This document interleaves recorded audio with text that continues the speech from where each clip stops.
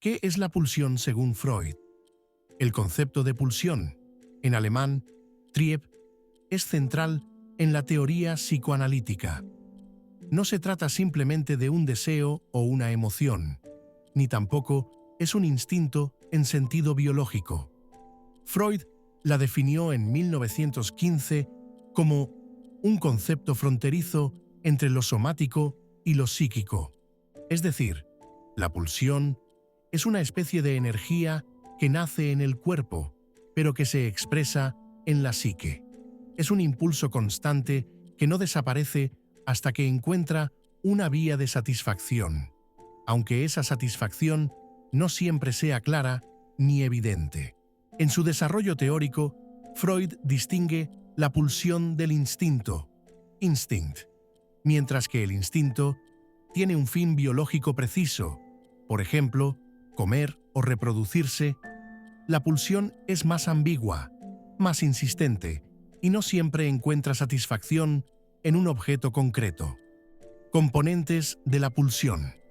Freud detalla que toda pulsión tiene 4 elementos estructurales. Fuente, Quelle, es el órgano corporal desde donde se origina la excitación. Impulso, Drang, es la cantidad de energía que empuja al sujeto a actuar. Objeto, Object, es aquello a través de lo cual la pulsión logra satisfacerse, aunque no siempre es fijo. Meta, Ziel, es la realización psíquica de la satisfacción, que puede ser parcial o desviada. Por ejemplo, en la pulsión oral, la boca es la fuente, el impulso puede ser la necesidad de succión, el objeto podría ser el pecho materno o incluso un chupete, y la meta sería la obtención de placer al succionar. Freud escribió: la pulsión no tiene objeto predeterminado, puede desplazarse, sustituirse, cambiar de meta. 3 ensayos sobre teoría sexual, 1905. Un ejemplo freudiano. Imagina un bebé que llora cuando tiene hambre. Al principio, el llanto es una reacción instintiva, pero cuando descubre que al succionar el pecho no solo se alimenta, sino que también obtiene placer, surge algo nuevo, la pulsión oral. Este placer ya no depende del hambre. El bebé empieza a succionar el pulgar, incluso sin estar hambriento. Aquí, el cuerpo ha generado una fuente de excitación, la boca, y la mente ha convertido ese acto en algo que busca repetirse. La pulsión, entonces, se ha instalado. Este ejemplo refleja cómo Freud veía la relación entre cuerpo y psiquismo. La pulsión es el punto de conexión entre ambos. Pulsiones de vida y de muerte. Uno de los desarrollos más radicales en la teoría freudiana fue la introducción de la pulsión de muerte, Todestrieb, en Más allá del principio del placer, 1920.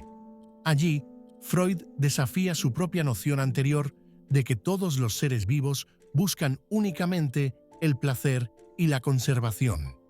Él plantea 2 tipos fundamentales de pulsiones. 1. Pulsiones de vida, eros. Buscan la unión, la cohesión, la preservación del yo y de la especie. Incluyen el amor, el deseo sexual, la creatividad. 2. Pulsiones de muerte, tánatos. Tienden a la destrucción, la agresión, el retorno al estado inorgánico. Freud escribe: la meta de toda vida es la muerte. Lo inorgánico fue anterior a lo orgánico. Más allá del principio del placer, 1920. Aunque esto puede parecer pesimista, Freud no lo plantea así. Para él, la pulsión de muerte no es simplemente destructiva, es necesaria para comprender fenómenos como el masoquismo, la compulsión a la repetición o incluso los conflictos sociales. La importancia clínica de la pulsión. Freud desarrolló el concepto de pulsión para explicar fenómenos que no podían entenderse solo desde la lógica consciente.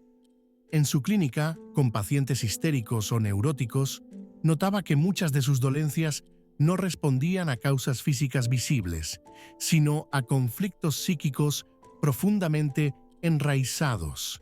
La pulsión ayudaba a explicar por qué alguien podía experimentar ansiedad o síntomas sin causa externa aparente. Una pulsión insatisfecha o reprimida podía transformarse en un síntoma. Así nacen muchas neurosis. En palabras de Freud, el síntoma es un sustituto de una satisfacción pulsional que no se ha realizado. Inhibición, síntoma y angustia. 1926. Esto marca un antes y un después en la historia de la psicología. El síntoma ya no es solo un problema que debe eliminarse, sino un mensaje del inconsciente que expresa una pulsión bloqueada.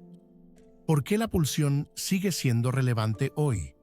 Aunque han pasado más de 100 años desde que Freud formuló estos conceptos, la pulsión sigue siendo una herramienta fundamental para comprender la conducta humana en profundidad.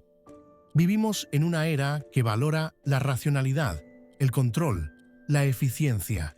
Sin embargo, muchas decisiones, deseos, adicciones o miedos no se explican solo por la lógica o la razón.